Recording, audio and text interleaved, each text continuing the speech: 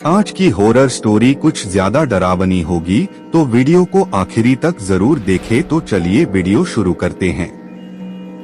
काला साया horror story. Assam के कई क्षेत्रों में शैतान का साम्राज्य है। वहां ज्यादातर लोगों को धोखे से मारकर जंगलों और तालाबों में फेंक दिया जाता है।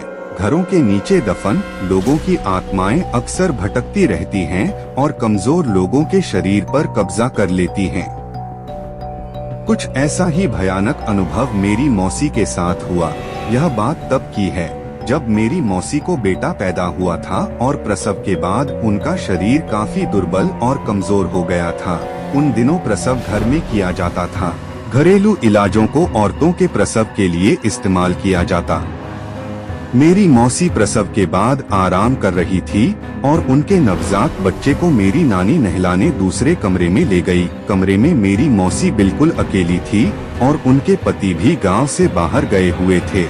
घर में सिर्फ मेरी नानी और मौसी ही थे। प्रसव के बाद मौसी थकान के मारे सो गई और एक आहट से उनकी नींद खुली। उन्होंने सामने की खिड़की से एक काला साया कमरे में आते हुए देखा। उस काले साये के बाल हवा में लहरा रहे थे और उसकी आकृति बहुत ही भयानक थी। वो अपने हाथ मौसी के गले की तरफ बढ़ा रहा था।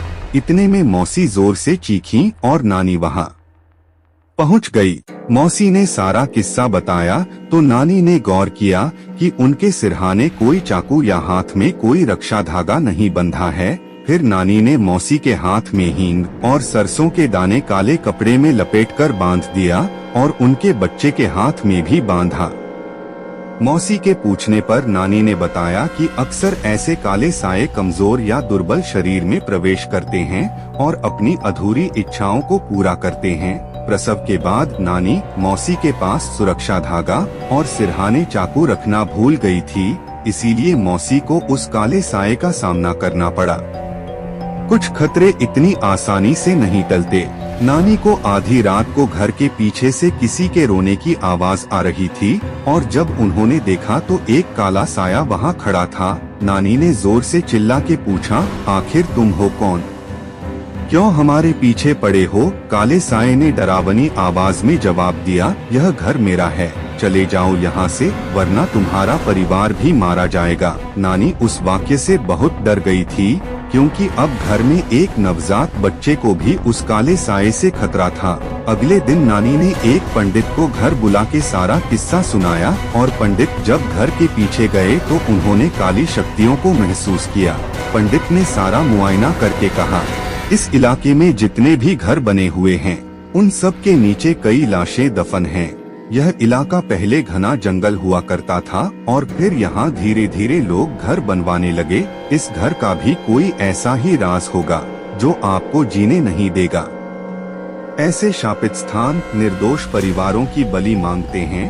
आप लोग जल्द से जल्द यह घर खाली कर दो, तब तक यह रक्षा मौली अपने हाथों पे बांध लो।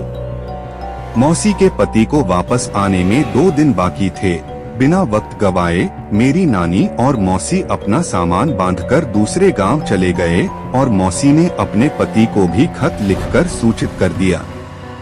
आज भी इसी डर से लोग घर बदलने से पहले उसका इतिहास पता कर लेते हैं, क्योंकि ऐसे भूतिया राज अक्सर लोगों को महंगे पड़ते हैं।